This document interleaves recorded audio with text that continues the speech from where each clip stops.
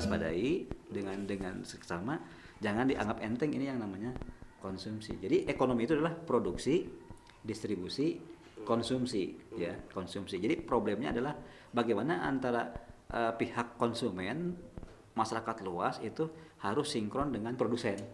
Gitu, produsen. Ya, Ki Guru, sebelum jauh nih saya mau nanya ya. Iya. Dalam konteks bernegara kan umat Islam itu adalah warga negara juga, dan mereka berhak mendapatkan perlindungan dari negara. Tadi kalau dalam konteks makanan itu halal, baik secara di proses produksinya, terus kemudian distribusinya dan konsumsinya, ini tanggung jawab siapa sih memastikan bahwa itu halal gitu? Assalamualaikum warahmatullahi wabarakatuh. Waalaikumsalam warahmatullahi wabarakatuh. Sampurasun. Rampes. Ya, dulu artikan merdeka. Orang tuh pakai bahasa Sunda, pakai bahasa Indonesia itu ya, pakai bahasa Indonesia ya. Iya. Oke, rekan-rekan pendidikan merdeka. Hari ini kita masih dengan Ki Guru dalam konteks pembahasan mengenai ekonomi terkait dengan konsumsi atau konsumtif ya, apa yang dimakan dan lain sebagainya. Pada podcast ya pembicaraan mengenai ekonomi kita khusus menggunakan bahasa Indonesia ya, karena untuk cakupan yang jauh lebih besar, tidak hanya penutur berbahasa Indonesia. Maka Ki Guru supaya tidak terlalu memboroskan waktu ya, maka Ki Guru. Terima kasih. A'udzubillahi minasyaitonirrajim. Bismillahirrahmanirrahim. Asyhadu an la ilaha illallah wa asyhadu anna Muhammadar Rasulullah. Innalillahi wa inna ilaihi raji'un. La haula wa la quwata illa billah.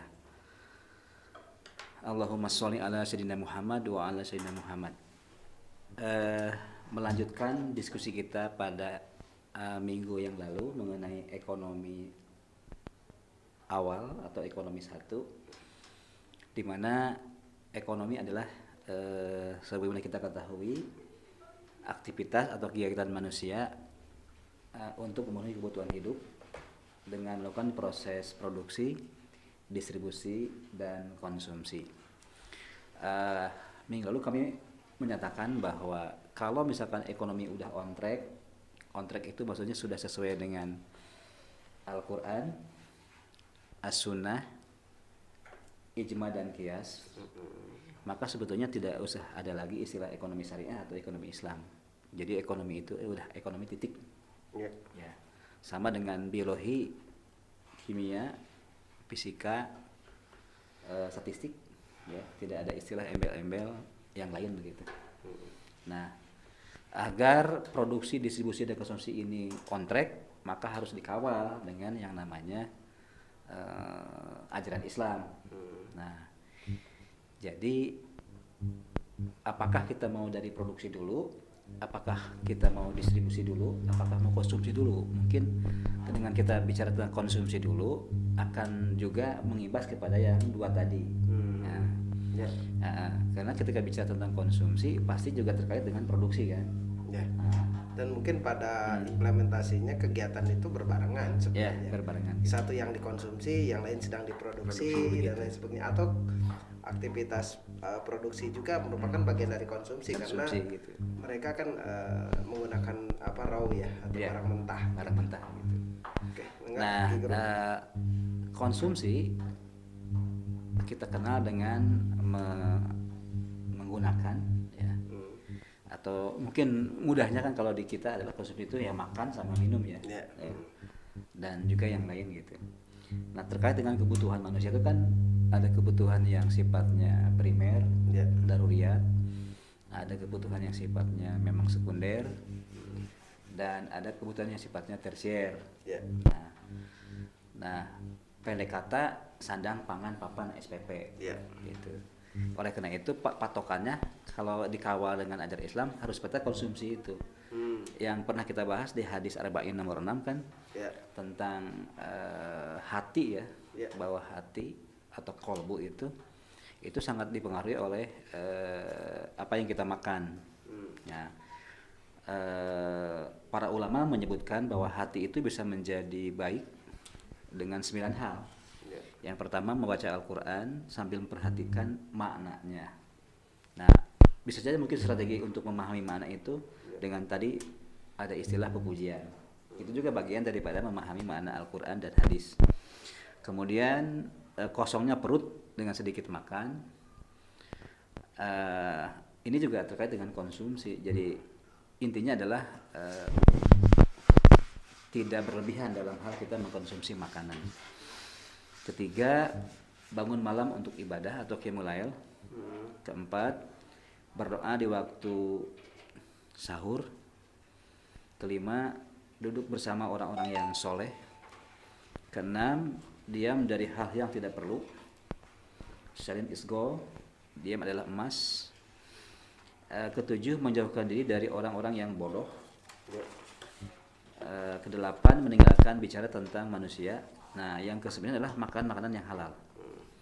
Itulah yang menjadi paling pokok karena dapat menyadari hati dan perbaikinya sehingga anggota tubuh menjadi baik, menjauh dari keburukan dan memperbanyak amal soleh. Nah, mengkonsumsi makanan yang haram membuat hati berkarat, gelap dan keras. Jadi dikatakan bahwa orang yang makan sesuatu yang haram dan syubhat dikhawatirkan amalnya tidak diterima dan doanya tidak terangkat. Nah, kalau kita diagnosis kondisi masyarakat sekarang itu adalah ada dua. Yang pertama doanya tidak terangkat, ya, atau katakanlah doanya itu mandul, tidak dikabulkan ya. Mandul tidak dikabulkan oleh Allah SWT. Walaupun doanya panjang, lebar, sering lagi, tapi nggak dikabulkan sama Allah gitu. Yang kedua, otaknya tumpul gitu. Ya. Jadi kalau ulama atau cendekiawan atau pemikir itu diajak ngobrol tentang problem tentang RT saja, satu RT, apalagi naik satu desa, itu udah kelihatannya pusing gitu. Apalagi sampai negara, politik global gitu ya, sampai internasional gitu ya. Nah, gitu. Jadi dua penyakit ini yang sekarang menimpa umat Islam adalah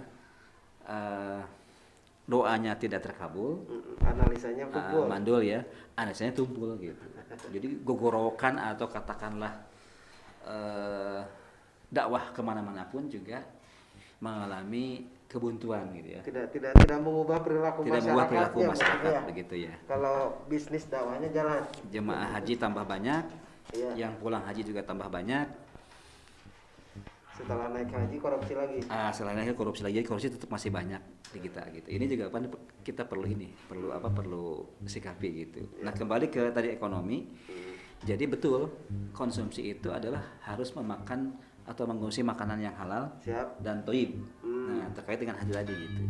Nah, kalau makanan yang halal dan thayyib itu berarti produsennya harus memahami itu gitu. Jangan sampai produsen ini tidak mengikuti standar halal dan thayyib dan baik. Nah, ini yang kita khawatirkan adalah ada desain atau kesengajaan dari produsen untuk bagaimana supaya umat Islam ini doanya tidak terkabul gitu. Jadi kalau umat Islam doanya terkabul, mungkin bagi produsen tertentu bisa berbahaya. Makanya mereka bagaimana mendesain supaya produksi makanan dan minumannya itu tidak halal supaya tidak doanya terkabul gitu. Saya seperti kemarin, para katanya mau jihad ke Ukraina.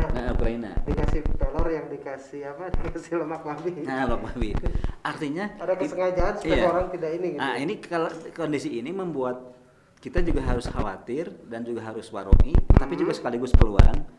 Jadi sudah saatnya umat Islam itu menjadi bagian daripada produsen. Nah, menjadi bagian daripada pengusaha yang memproduksi barang dan jasa itu yang halal dan thayyib. Supaya apa? Supaya bisa dikonsumsi oleh masyarakat itu makanannya menjadi yang halal dan baik. Nah itu. Nah, kalau kita membiarkan saja produsen dikuasai oleh orang-orang yang tidak bertanggung jawab, malah ada yang sengaja supaya membuat makanannya itu haram, ya, dengan berbagai kemasan dan sebagainya, turunan daripada misalkan babi, ya, yang sudah jelas-jelas diharamkan, itu dibuat turunannya atau derivatifnya dengan kemasan-kemasan atau variasi makanan yang lain dan minuman lain, Ini kan kita awam nih masyarakat. Ya dimakan aja, dikonsumsi aja. Tahu-tahu begitu, ya Allah, saya sudah bertahun-tahun berdoa, tapi tidak perubahan. Ini sih antaranya itu gitu. Nah, makanannya misalkan cuman ayam dibakar. Ayam dibakar. Padahal kuasnya dari bulu babi. Nah, bulu babi bisa seperti itu. Atau kita mengkonsumsi ayam goreng atau ayam yang lain, tetapi dipotong tidak dengan menggunakan cara Islam. Tidak dengan cara Islam. Ini juga perlu ada namanya pemotongan yang harus on track dengan ajaran Islam. Yeah. Jadi RPH, rumah potong hewan yang on track dengan ajaran Islam gitu. Kalau tidak on track, kita sudah beli pakai uang yang halal, ya. Kita makannya pakai Bismillahirrahmanirrahim, ya. Tetapi karena zatnya itu tidak dipotong dengan cara yang Islam, ya tetap berpengaruh gitu terhadap makanan kita. Dan yang paling khawatir kan makanan yang kita makan atau minuman yang kita minum itu menjadi sperma atau sel telur kepada orang tua. Dan begitu berhubungan suami istri nanti akan menghasilkan embrio atau zigot yang mengandung barang-barang yang haram. Dan nanti terkait dengan perilaku anak-anak kita yang memang menentang orang tua, membuat kegaduhan, tawuran segala macam, atau susah diatur oleh guru. Ini juga kalau ketika kita menyaksikan anak-anak yang susah diatur sama orang tua, guru, ini juga harus dikembalikan mungkin dari makanan yang dari konsumsi yang tidak halal gitu. Ya, tidak halal gitu. Secara bahan dan tidak halal secara proses. Proses ya. Jadi antara halal dan thayyib. Ya, halal dan thayyib gitu. Ini perlu diwaspadai dengan seksama, jangan dianggap enteng ini yang namanya konsumsi. Jadi ekonomi itu adalah produksi, distribusi, konsumsi, ya, konsumsi. Jadi problemnya adalah bagaimana antara pihak konsumen, masyarakat luas itu harus sinkron dengan produsen, gitu, produsen. Ya, Ki Guru, sebelum jauh nih saya mau nanya ya. Yeah. Dalam konteks bernegara kan umat Islam itu adalah warga negara juga, dan mereka berhak mendapatkan perlindungan dari negara. Tadi kalau dalam konteks makanan itu halal, baik secara di proses produksinya, terus kemudian distribusinya dan konsumsinya, ini tanggung jawab siapa sih memastikan bahwa itu halal gitu? Iya, tanggung jawab negara. Tanggung jawab negara. Nah, tanggung jawab negara, mekanisme terserah apakah negara itu dalam hal ini Kementerian Kesehatan, ya, atau dibantu dengan Kementerian Agama, atau dibantu juga dengan MUI. Bagi kita nggak penting, yang penting bagaimana sih negara ini hadir, kan gitu, untuk mengawal bahwa apa yang kita konsumsi ini adalah halal dan baik, kan begitu. Nah, usaha-usaha itu sudah diupayakan. Jadi pemerintah sudah mengupayakan ada yang namanya lembaga LPOM, ya, lembaga obat dan makanan yang baik, ya. Kemudian juga ada lembaga sertifikasi halal antara MUI dan Kementerian Agama, ya, dibantu dengan kesehatan juga. Nah, problemnya apakah kehadiran mereka itu sudah bermanfaat tidak buat masyarakat itu? Atau kemudian sekarang itu saya masih dengar atau baca beberapa tudingan bahwa untuk menuju proses halal itu mahal gitu. Yeah. Gimana nih ini? Ya, ini karena memang menggiurkan dari sisi ekonomi.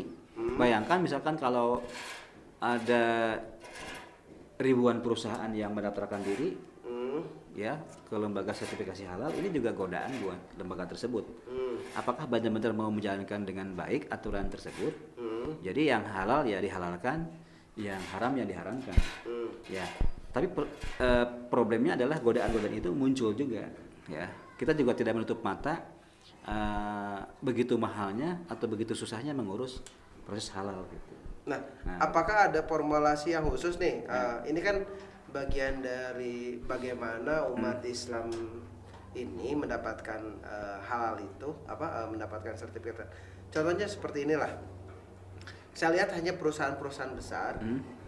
Yang katanya nih beberapa keluhan juga muncul di medsos dan lain sebagainya, itu yang kemudian punya cukup budget atau biaya untuk mensertifikatkan halal produksinya, sedangkan produksi perusahaan kecil Karena gini kan, yang dapat sertifikat itu yang mana? Para pengusaha punten, yang dari Cina, Jepang dan lain sebagainya, mereka konsen terhadap sertifikasi halal dan mereka punya uang.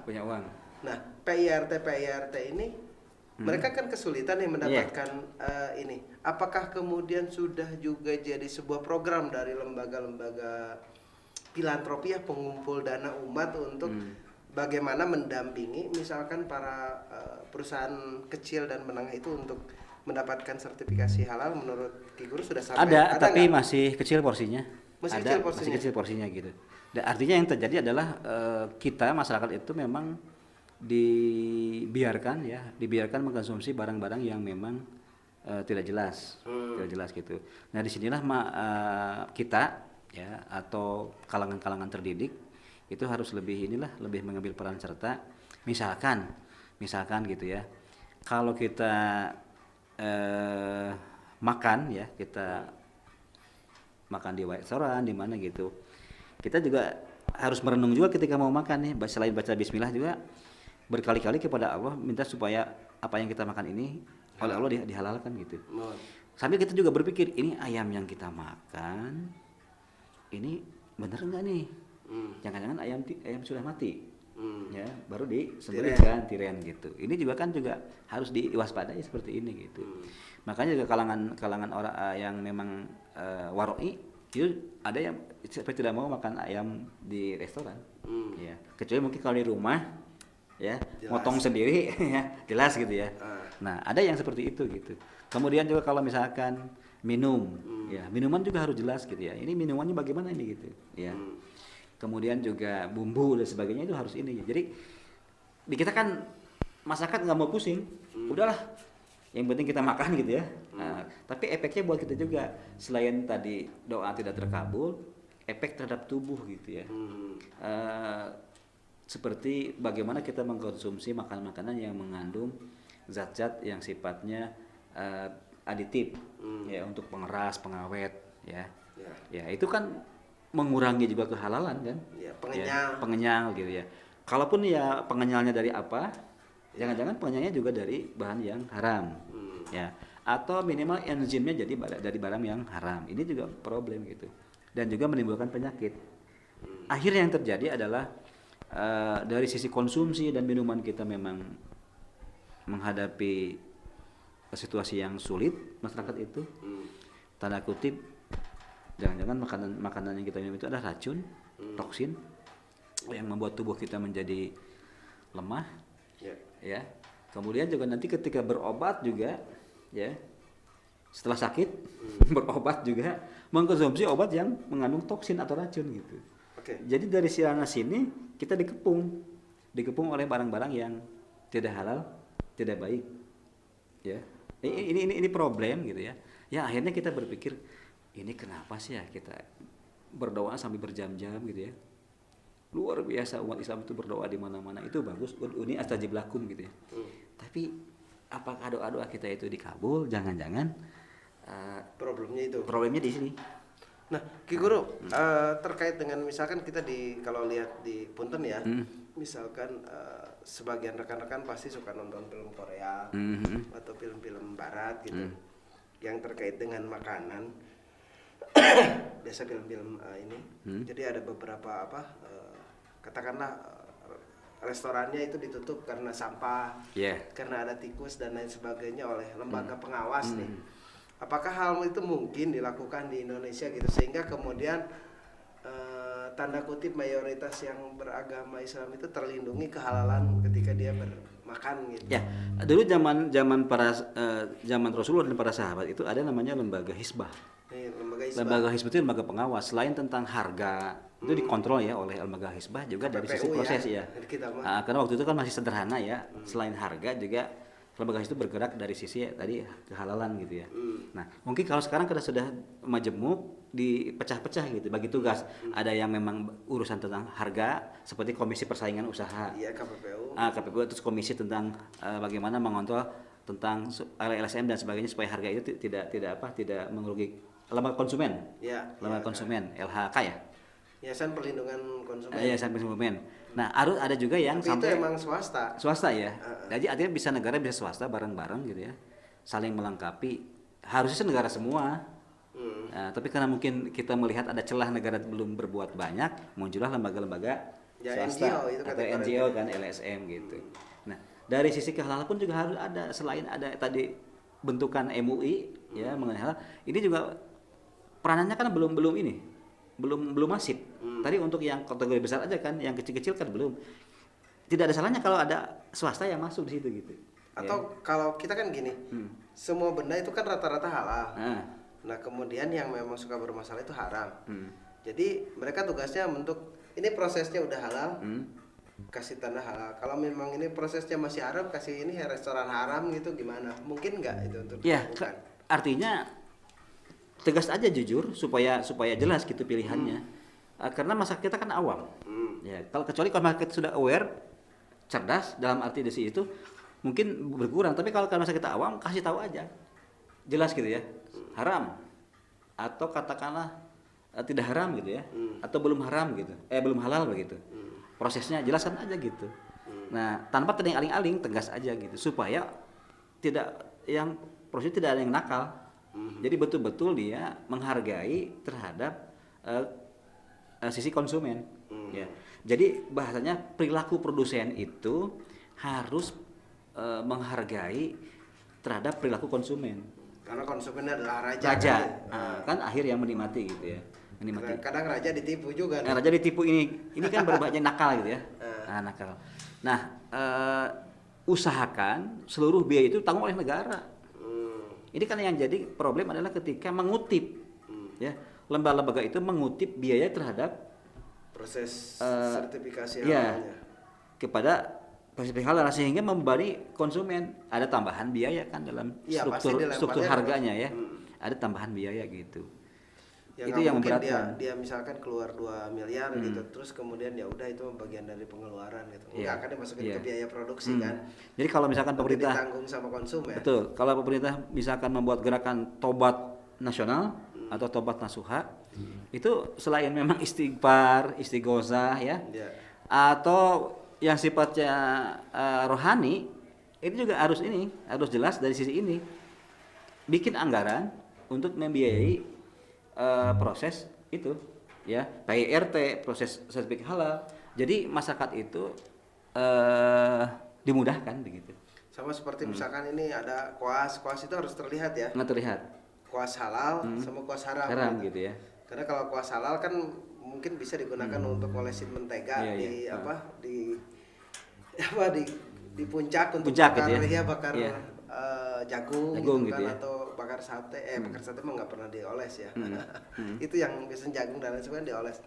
Termasuk ketika kita juga sekarang sehari kalau kita makan bakso gitu ya, itu kalau pakai saus itu saya sampai masih ragu-ragu sekarang gitu, ini sausnya bener enggak gitu. Karena kan pernah ribut juga di Bandung beberapa tahun yang lalu, di mana cabai dan sausnya itu kan bukan yang asli gitu, tapi buatan kan, sintetis gitu ya. Ada yang sintetis, ada yang dari gedebok pisang gitu. Atau kalau kita makan ke restoran atau ke warung, coba intip dapurnya. Atau kasus yang cabai kering yang tikusnya juga ikut masuk gitu ya. Tikus masuk gitu. Ini kan luar biasa gitu kan. Kita mungkin selama ini cuek aja, lapar makan. Tidak memikirkan, tapi begitu kita menyuruh sholat anak kita, kemudian juga menangani tawuran, menangani problem-problem masyarakat, ternyata setelah kita cari ini problemnya dari makanan yang tidak halal gitu.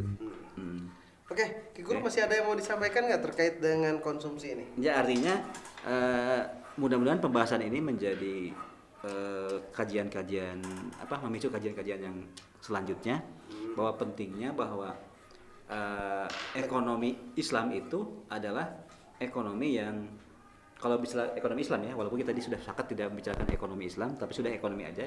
Ekonomi yang on track itu adalah ekonomi yang sudah direvisi praktek ekonomi, jadi praktek produksinya sesuai dengan ajaran Islam, ya. Kemudian praktek distribusinya nanti termasuk penimbunan barang harus tidak boleh kan, sesuai dengan Islam, ya. Dan proses konsumsinya pun juga harus sesuai dengan ajaran Islam. Jadi perilaku konsumen sesuai dengan ajaran Islam, kemudian perilaku distributor juga harus sesuai dengan ajaran Islam, dan perilaku produsen juga harus sesuai dengan Islam, sehingga nanti menghasilkan makanan, minuman, produk-produk ekonomi yang halal dan barokah.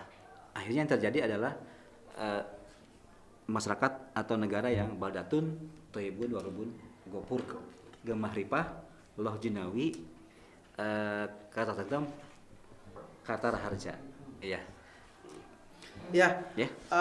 Rekan-rekan pendidikan Merdeka, kita barusan sudah mendengarkan bagaimana pembahasan mengenai ekonomi Islam tentang konsumsi atau makanan yang halal dan thayyibah, bahwa salah satu penyebab doa tidak terkabul, kemudian analisa mandul dan lain sebagainya, itu adalah problematika makanan yang tidak halal. Dan ini menghasilkan rekomendasi bagi kita semua ya, masyarakat untuk berhati-hati, kemudian juga rekomendasi untuk pemerintah, selain dari instrumen-instrumen hukum yang memayungi hak-hak masyarakat untuk mendapatkan makanan yang baik dan halal untuk umat Islam, juga mengakselerasi mungkin lembaga-lembaga yang sudah dibangun, yang sudah ada seperti Dinas Kesehatan, kemudian layanan publik, kemudian obat dan makanan, BPOM dan lain sebagainya, sehingga kemudian